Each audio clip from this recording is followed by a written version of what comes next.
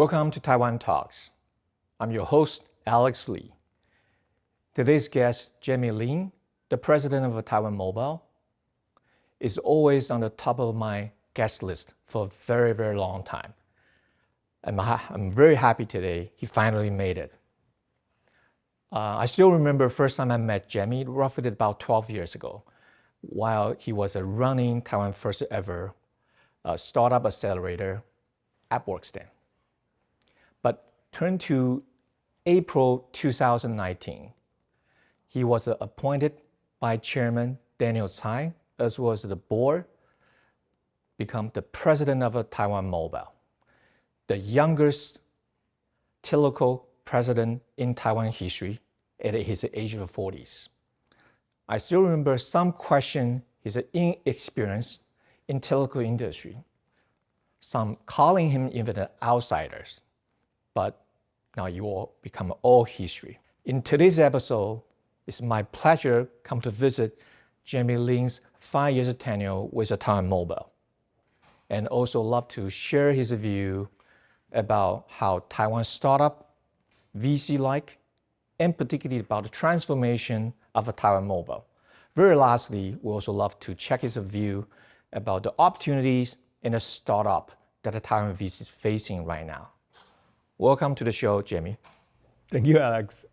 For some foreign audience who don't know your previous life before taking over the job of Taiwan Mobile, can you share a little bit that your experience in the VC startup for the rest of the world? Sure, Alex. My pleasure. So I started my career at around 21, launching an e-commerce startup with a few college friends during the first dot-com bubble. So it was 1999. College kids were launching e-commerce companies and internet startups left and right, and we essentially joined the parade. Not long after, we raised a bunch of VC funding. And then in 2000, dot-com crash hit. So funding dried up. We turned the company into a B2B software company for faster roadmap to profitability. And then after that, in 2002, I moved to China to expand our company's business in the Chinese market. 2004, SARS hit, so everything came to a halt. Company was doing very well in Taiwan. I feel that there's not much I can contribute, and everything I knew about business I learned by doing. And really, I was an engineer growing up, so I really needed a framework to sort of sort out all the different things about business I learned. So decided to pursue my MBA. So ended up going to NYU Stern for my MBA. 2006, when I was graduating, it was the Web 2.0 boom. So YouTube was just got bought by Google, and MySpace just got acquired by News Corp, and Facebook was getting hot in college. So a couple of my MBA friends of mine decided to launch a Web 2.0 startup, and they invited me to join them. So the next 3 years, I was working on this Web 2.0 startup in New York. 2008 financial crisis hit. It was very hard for the company to fundraise. So on the other hand, iPhone and Android came. And when I saw those two devices, I was actually shivering. I realized that internet is gonna be everywhere. So it's gonna make internet companies so much more powerful. While with these two devices, hardware are gonna be cheaper and more commoditized. And so I was worried about Taiwan because back then we were still more hardware centric and not a software ecosystem. So decided to move back to Taiwan to start this startup accelerator to help the next generation of founders launch software centric startups. That's why the name AppWorks. So 2009, I moved back to Taiwan. 2010, we launched our first batch of AppWorks accelerator. And since then, we have been doing 2 batches a year. And fast forward to today, we have graduated 27 batches. Altogether, we have helped more than 530 active startups, not just in Taiwan, but also around the region. all of the startups together are doing around $16 billion worth of revenue per year, employing around 23,000 talents. So that's sort of my life before Taiwan Mobile. Sure. That's very well done, by the way. But again, the president of Taiwan Mobile, right? One of the largest telco kind of giant here in Taiwan, got to be something else, right? Again, forget my kind of straightforward opening. Some people did question a lot of a kind of a concern. But again, can you just explain yourself? How did you arrive the job? So it was sort of a string of events that connected together to result in me taking over as sort of the CEO of Taiwan Mobile. So if people in Taiwan might know, so in 2018, 2019, Taiwan Mobile used to have an independent director, Mr. Guan. He, in the end, decided to run for the dean of National Taiwan University. So he had to resign from the board. And so wanting to make the board more sort of younger and more connected with the new sort of app ecosystem, then the board went on a search for new independent directors. And in the end, they contacted me. And I had been a Taiwan Mobile user for almost 20 years by then. And when I was in New York studying and launching my startup, I sort of had a Taiwan number with Taiwan Mobile. And wanting to keep my number, I used to set my number to the lowest monthly fee so that I can keep that number but not using it. But whenever I came back to Taiwan to visit my parents, I used to go to the store asking the staff saying, hey, I'm back to Taiwan for 2 weeks. Is there anything you can do to help me adjust my rate plan so that I can use my phone, use my internet without paying this crazy amount? And every time the store staff would say, oh, of course, we can do that for you. I'm gonna change your rate plan to the one that that's gonna suit you the most for the next 2 weeks. It's gonna be effective immediately. And then let me know when you're leaving Taiwan. I'm gonna preset the time to readjust your rate plan back to the lowest rate plan so that you don't pay extra fees and you don't need to ever come back to our store again. And every time I was so touched because we were both in the US before, right? In the US, if you want to get some sort of telecom service, if you wait on the telephone line for an hour, you're lucky, right? Totally. But in Taiwan, every time I came back, I was so touched by the Taiwan Mobile experience, right? And so when Taiwan Mobile board came to me asking me to serve as an independent director to help the company sort of be more in tune with how the app ecosystem is developing and maybe take advantage of it, I was very honored. I was very glad that I could have had this opportunity to give back to the company that really took care of me while I was in the US. So I gladly took the offer to serve as an independent director. And then I was still running my AppWorks. And then back then, AppWorks was doing very well in Taiwan, and we were doing our regional expansion. So I had this plan to move to Indonesia, move to Jakarta to set up a branch for AppWorks there so that we can expedite our international expansion, regional expansion. And Business Week heard about the story and then so came to interview me, and they wrote a piece saying the venture capital golden boy Jamie Lin is moving to Jakarta because he said that not moving there is the riskiest move, meaning that moving there would bring more opportunity. Sure. And somehow Chairman Daniel Tsai read the article, and he then sent me a message saying, "Hey Jamie, can you come to my house? I need to." So you've been sitting in the independent director seat already. Yes, Okay. and I was in the process of moving to Indonesia. And then Chairman Daniel asked me to go to his place to have lunch with me. And during the lunch, he's like, "Oh, I read on the magazine that you're moving to Jakarta. Why?" And so I was explaining to him why. And he then said, "We actually have an offer for you, and you might have to reconsider your move." And I respect Chairman Daniel Tsai a lot. So I've been lucky enough to work with a lot of chairmen during my time running AppWorks. And Chairman Daniel Tsai is one of the business leaders I really respect a lot, and I learned a lot from him. So he said, our CEO is actually retiring in a few months. And the board was actually thinking maybe you could have taken over as the CEO. And I'm like, but Chairman Tsai, actually me and my wife have already made a decision to move, and my wife has quit her job. We have registered our sons to the Jakarta local schools. I might have to think about it. And he's like, okay, you go home and think about it and let me know. So I went home and I thought about it, and I realized that,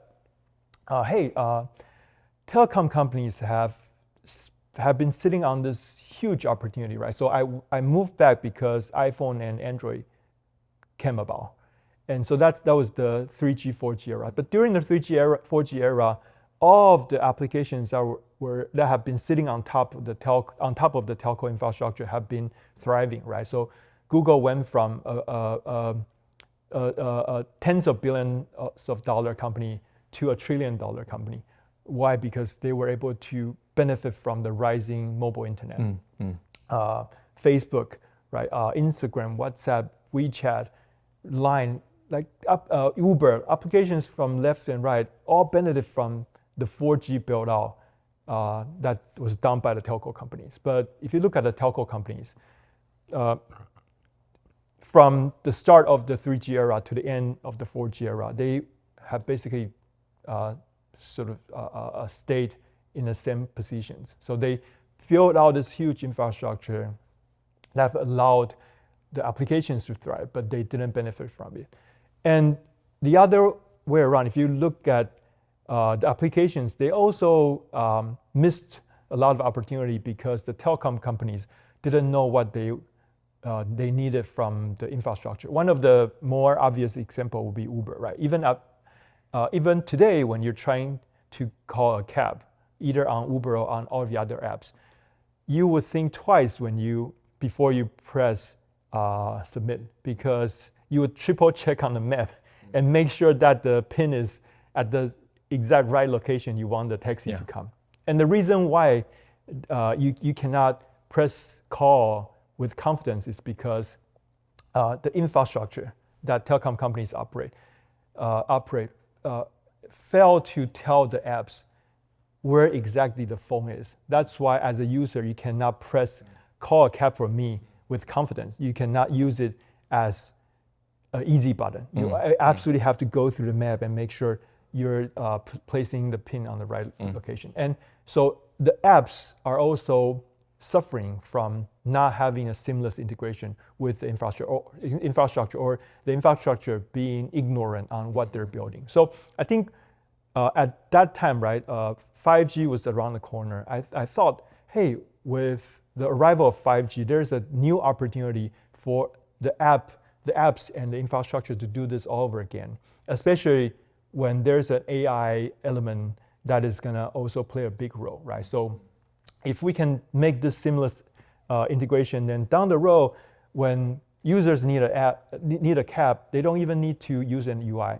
They can just tell AI, hey, call me a cab. And the cab will arrive at the exact location the users wanted to arrive, right? So I thought, hey, there's a chance for us to do this all over again. And I think it might take a non-telco person to sit on the CEO role of a telco to make this integration happen. And back then, AppWorks already had almost 400 active startups, altogether doing around 10 billion of revenue, right? So I thought, hey, I have this ecosystem that is strong and thriving. Sure. And if I can serve as a CEO of a telco and have the ability to seamlessly integrate some of these services, and maybe you can set some examples, not just for Taiwan, not just for the region, but for the world. So I went back and thought about it. I thought it's a once in a lifetime opportunity. So my wife was in Milan that time on a business trip. So I took a flight to Milan to tell my wife, hey, wifey, we need to reconsider our Indonesia move. And she's like, if you took the trip all the way here to talk to me, it means that you have made a decision. So I'll support you. Go back and tell Chairman Daniel that you're going to take the job. So yeah, that's the story of me. Yeah, that's the story of me eventually taking over as the CEO. No, I think for the most of even the domestic kind of audience probably missed the something link. Actually, is you being, in my opinion, that you being sitting on the board more like a prep schooling process before you really take over the job, right? That's a really interesting kind of a note. What inevitably, at a global basis, but particularly in the Asia kind of base, most of the Asia telco company consider like an oligopoly, downpipe, and so on and so forth kind of business as natural, right? For sure, this is a big challenging job. Again, you're probably aware of that. Most of the CEO in this region are talking about they want to change, want to transform the company from this particular infrastructure base to new economy or other innovation type of business in the telecom industry, but it's really hard, right? But can you share with us what sort of a specific kind of approach you undertaking to change the traditional business model to the so-called the new sort of model you are aiming for in the Taiwan Mobile? Yes. So so from the get-go, right? Our insight is that telco company and tech businesses can benefit from working seamlessly with each other, right? So from the get-go, we know that we want to transform Taiwan Mobile into a telco plus tech company instead of just a telco company.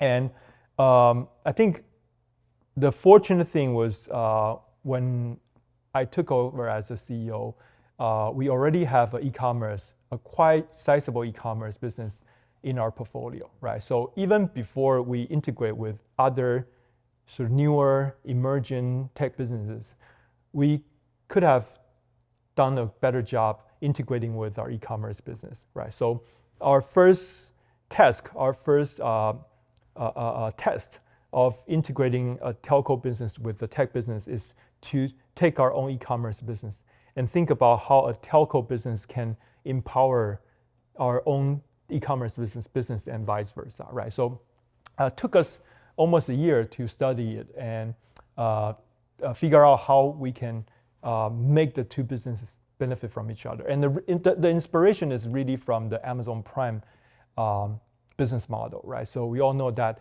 in the e-commerce world, it's hyper. If I can stop, you're probably referring to mobile, the e-commerce. Yes, right? Yes. So if some of the audience are more aware of the e-commerce ecosystem in Taiwan, you would know Momo is a leader in the B2C online retail industry in Taiwan. So it's one of our consolidated businesses. Yeah. So so the inspiration is really from Amazon, right? So e-commerce is a really hyper competitive industry, right? So any competitor website is only within a few clicks, right? So it's very easy for customers to compare prices. There's even websites that they do price comparison, right? So it's very easy for customers to compare prices, and so it's only the original e-commerce's business model is a race to the bottom, right? So everybody's trying to undercut each other's prices, and it's very hard to have customer loyalty. But Amazon invented this Prime business model in which they offer this free shipping service to entice customers to pay a yearly subscription fee. And now that you have paid the yearly subscription fee, even though in econ classes, the teachers all told you that you shouldn't take some costs into consideration when you make decisions. But for consumers, they still think about, I already paid the annual membership fee, so I might as well take the full advantage of it, right? So once people pay the Amazon Prime subscription fee, then they move most of their purchases to Amazon. So from there, Amazon was able to create much more customer loyalty. And so the subscription model really can alter the e-commerce business model and make e-commerce much more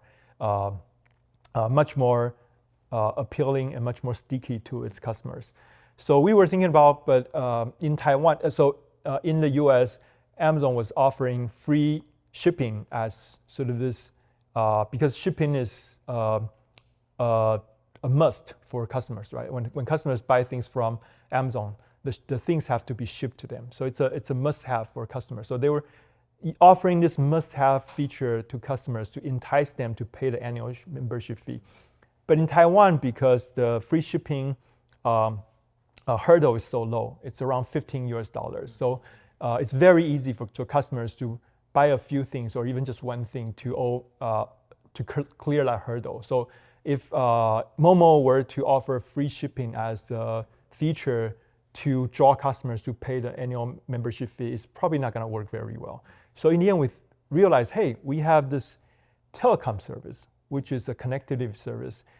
Everyone, when they're trying to buy things from e-commerce, they have to have connectivity, right? If they don't have connectivity, they cannot go online, then they cannot buy e-commerce. So if we can structure this together, we can actually have customers pay for connectivity, but the more they buy from Momo or our e-commerce, then the cheaper their connectivity will become. So in the end, we came up with this new model called the Mobile offering, in which customers would pay the same monthly fee as others, but as you buy more from Momo next month, you would get Momo coin back. So if you purchase around $500 per month on Momo, the amount of your Momo coin rebate will be almost as the same as your monthly fee. So essentially, your telecom service, which you must have, the cost of it comes down to zero if you can be more loyal to Momo. So we put together a product and brought a product to the market, and that product has since worked super well for us. Sure. So we have signed up.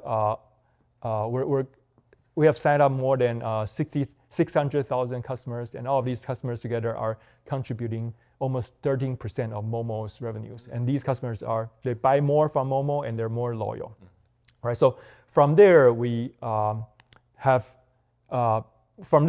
essentially proved that a telco company, and also those customers, their average revenue is also higher than average on the telecom side. It's also higher than other customers, and their customer loyalty is also higher than other rate plan users. So we have proved that by integrating telecom and tech businesses, it can actually be mutually beneficial. Sure. And so from there, we became much more confident, and we started exploring all the other ways that we can own 100% or a significant portion of a tech business and use our telecom business to empower it.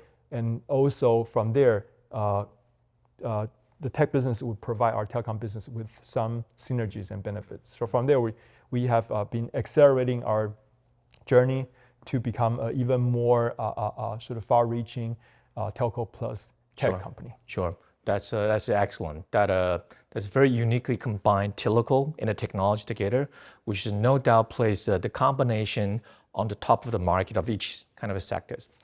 But this is the fifth year of the anniversary with the Taiwan Mobile, right? I remember I read an article somewhere else that you score yourself at a 79, which I think is very humble scoring, right? I'm just wondering, just like most of the audience, why you score only 79, whereas, of course, everybody looking for the upside, right? If there are three most important things, right, which you can improve your score in Taiwan Mobile, President, what will that be? Okay, so Alex, thank you for your comment on the score being humble. I think the score is maybe just about right. So I think when I arrived, Taiwan Mobile was on the trajectory of decline, right? So we had been declining for a few years when I arrived, and so my first job was to turn the company around, right? So initially I thought I might be able to turn the company around in maybe a year or two. I was a bit too confident about myself.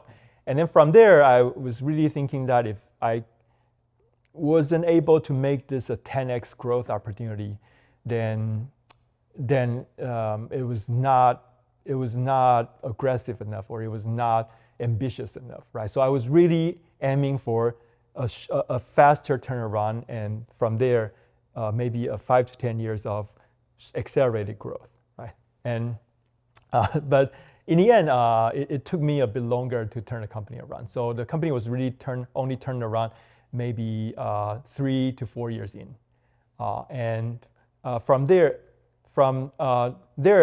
then we started to grow healthily, right? So today, if you compare the last 4 quarters of performance versus the previous 4 quarters before I arrived, our revenue has grown by around 59%, so almost 60%, and our EBITDA has grown by around 18%. But right now, our EBITDA is growing at around 22% year over year. So our EBITDA is accelerating. So we're on a healthy trajectory, but it took me a bit longer than expected to turn the company around. But luckily, finally, we have done it. And from there, my strategy was to sort of take Taiwan Mobile from a local player and from a telco player, build the technology businesses that can integrate with the telco business or infrastructure. And once the technology businesses are doing well, my goal was to take the technology businesses and expand them to other markets in the region. But unfortunately, there was a factor that was I was not able to predict, which is COVID. Right? So 2 years in, COVID hit, and then there was 2-3 years. It was very hard to travel around the region and sort of explore opportunities, right? So the second leg of my strategy, expanding across the region, got stalled, right? So really late last year, early this year, we finally started to be able to start traveling around and talking to potential partners and exploring opportunities. So that's why I gave myself sort of a 79 in my score, because I really the second leg of the strategy, regional expansion, I think the execution is a bit behind my the ambitious target I set for myself. But hopefully in the next 5 years, the second chapter of my tenure, I will be able to accelerate that strategy and bring a lot more results. Sure.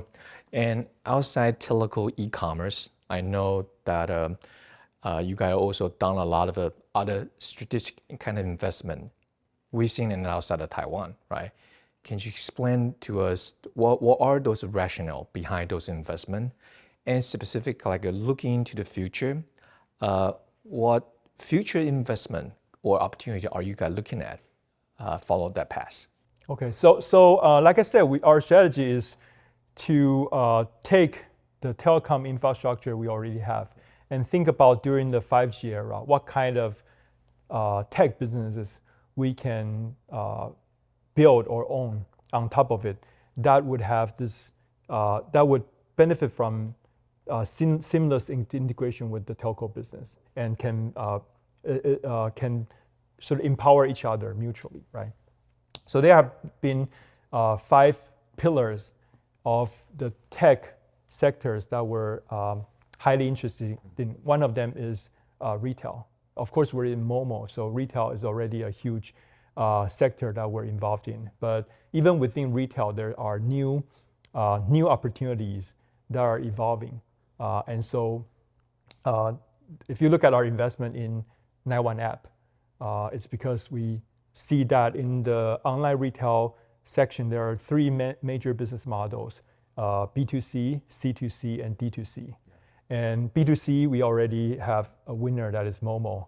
C2C is already a bit late in the game, and Shopee is already dominating the market. If sometime down the road there's a opportunity to disrupt Shopee, we might participate. But right now, it looks like Shopee is owning the market.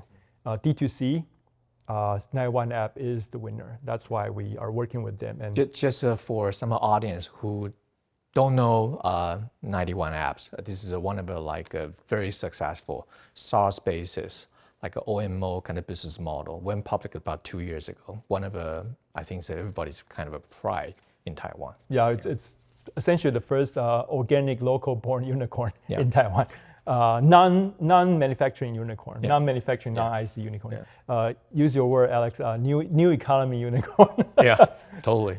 And so retail is one of the pillars of our tech sort of businesses, sort of strategies that we want to get in. And there's other pillars. Another one of them is telco finance. So we see that there's a lot of opportunity to use the telco asset to bring to the market innovative financial services to meet the underbanked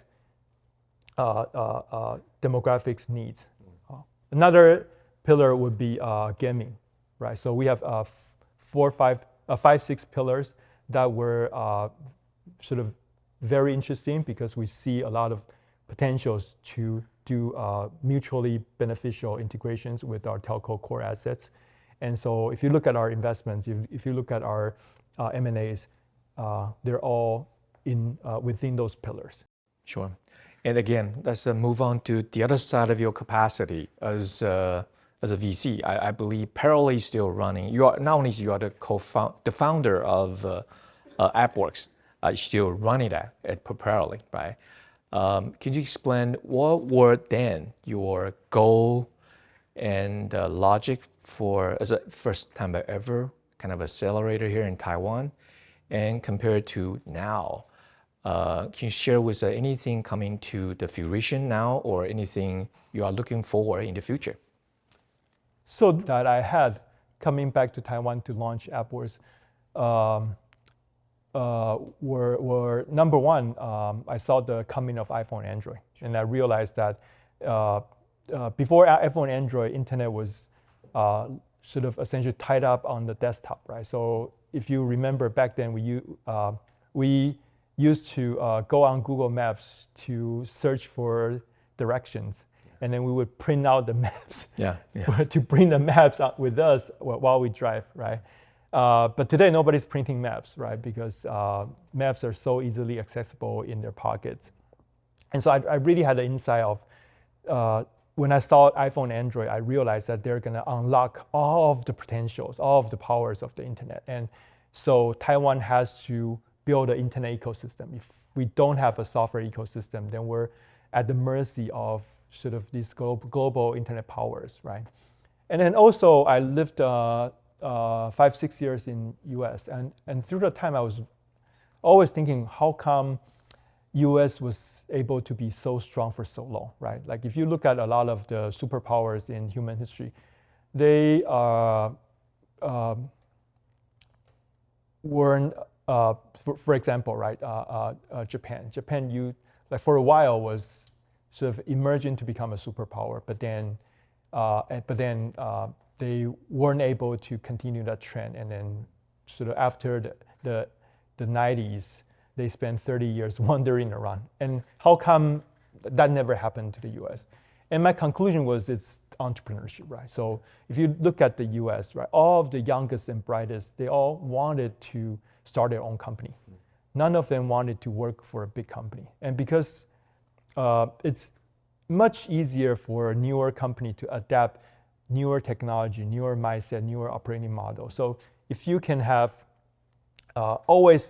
if a country can always have the youngest and the brightest wanting to launch a startup, then the country's metabolism will always be strong and fresh. So the company can always keep up with what's happening and can stay ahead of the game, right? So really, when I was growing up, Taiwan used to be a very, used to have very strong entrepreneurial spirit. But if you look at the late 2000s to the early 2010s, we lost that mindset, right? So I realized that, hey, we need to bring that mindset back. Otherwise, Taiwan might risk becoming more like a Japan and spend 20, 30 years wandering around, right? So really, the reason why I came back to Taiwan to start AppWorks was twofold. One, to help Taiwan seize the opportunity that was brought to the world by mobile internet through iPhone, Android, and also to essentially rejuvenate, restart this entrepreneur sort of culture, this entrepreneurial mindset for the Taiwanese younger generation. And I still remember when I was moving back, I went to visit a lot of the tech business leaders. One of them being Stan Shi, the founder of Acer. Yeah, Acer. And I thought that because all the time you saw him sort of publish statements saying that, entrepreneurship is good, encouraging young people to innovate. So I thought he was going to be very supportive of me. But when I told him, hey, Stan, iPhone and Android are coming and they're going to revolutionize industries, and it's time to rejuvenate the startup ecosystem in Taiwan and encourage young people to start app-based companies. I thought he was going to be very supportive, but in the end he told me, Jamie, it's not going to work. Jamie, you're going to be wasting your efforts. And so that's just like a snapshot of the support I was able to get when I was trying to do it. So people were not very bullish about entrepreneurship. And I still remember in the earlier days, when our startup was recruiting people, they were conducting interview in our space. Sometimes the candidates' parents would come with them. Okay. Because they didn't know if it's a real or not. Like they've never heard of a startup before, and what kind of this weird company name, right? So back then, really like the society as a whole was very bearish on entrepreneurship. Yeah. But fast forward today, right?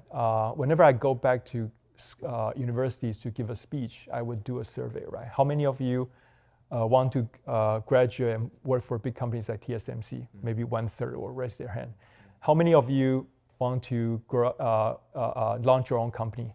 Maybe 10% will raise their hand. How many of you want to work for a startup when you graduate? 1/3 will raise their hand. So fast forward today, not only when people start their companies, they're less disencouraged, but actually young people, they think going to work for a startup is actually a mainstream option. Sure. So really, I think the past 14 years, Taiwan has changed a lot. So really, if you were to ask me what kind of objective, why would I launch AppWorks? Really, it was to rejuvenate Taiwan and sort of bring up our metabolism again, so that Taiwan can continue to stay relevant in this global economy. And really, I was really happy that to have witnessed this huge change that has happened to Taiwan over the past 14 years. Yeah, I think we had a lot of a similar kind of conversation before. We all agree we are more promising than, say, 5-10 years ago to see the system start kicking off, even though you don't have that many kind of so-called successful companies still under building for now, I believe. Let's move on to like the very personal note, right? Can you share with the audience, do you have any role model in life or professionally? You have like a particular kind of CEO kind of role model in a career-wise that you would love to talk about? I think our generation is, and the generations after me have been growing in this very interesting environment, right? So in the old days, if you want to learn things, you will have to find a teacher or find a master himself or herself and really go to a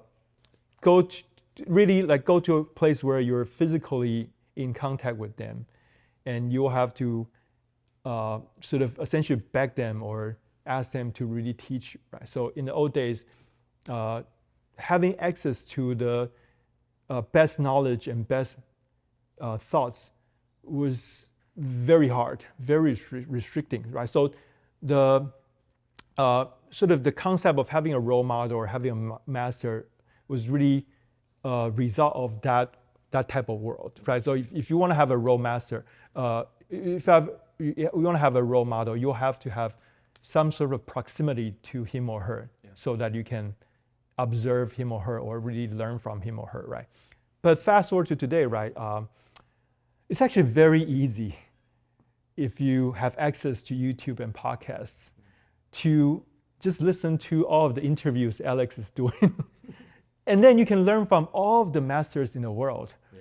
And so really, if you were to ask me, my role models and my masters are all of the great leaders of the world. So every day when I'm working out, when I'm walking on the street, I'm listening to all of the great interviews of all of the great leaders and great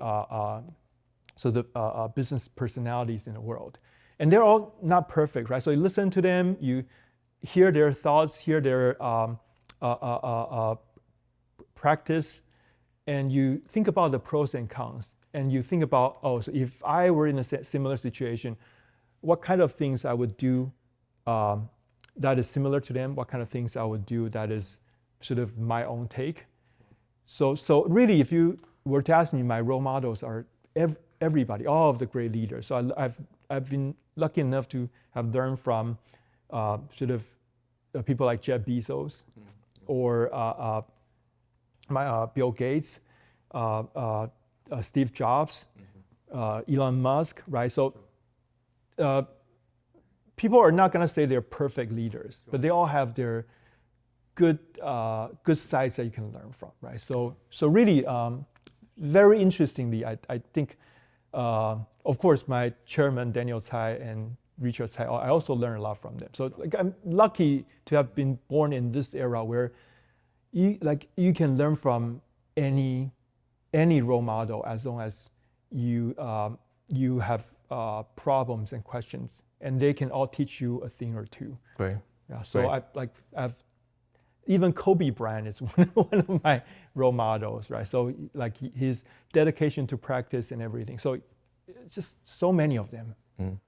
I guess I hope that a conversation with you today also can inspire a lot of the younger generation here today, particularly in Taiwan. If my last word, I could, can you recommend, obviously you've been considered a lot of the younger generation kind of role model, right? Can you talk about, particularly for those one who considers like a startup, a new business, what would you recommend to them? I would say just do it. And do it, and then know that it takes time to get good.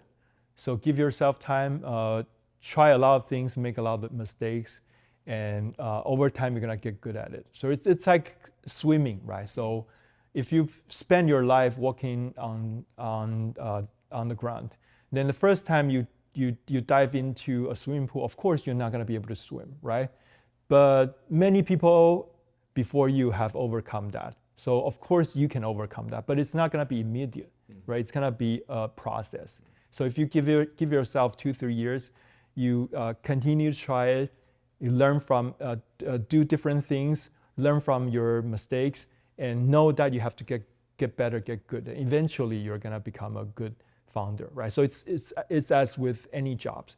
So sometimes some people feel that being a founder is sort of more of a, maybe they have this wrong imagination of being a founder is sort of a natural thing, but it's not. It's like any job. You just have to start doing it and get good at it. So don't think that you need to be ready before you launch your startup. You can never be ready. It's like you can never be ready for swimming before you dive into the swimming pool, right? So dive into the swimming pool first, and then get to know the water, get to know how you breathe, and then learn your form, and then build up your stamina, and then over time you're gonna become a good swimmer. So just do it and learn from it. That's a great recommendation. That's a really good recommendation. By the way, alternatively, go back to check on the website. about AppWorks, contact them directly. That maybe it's not the way around. We have a more supervised swimming pool so that you can learn even better. Sure. I know the conversation kind of on and on for too long, but again, I know you got a busy schedule. Thank you for your time today, Jamie. Thank you, Alex. It's Yeah. a pleasure.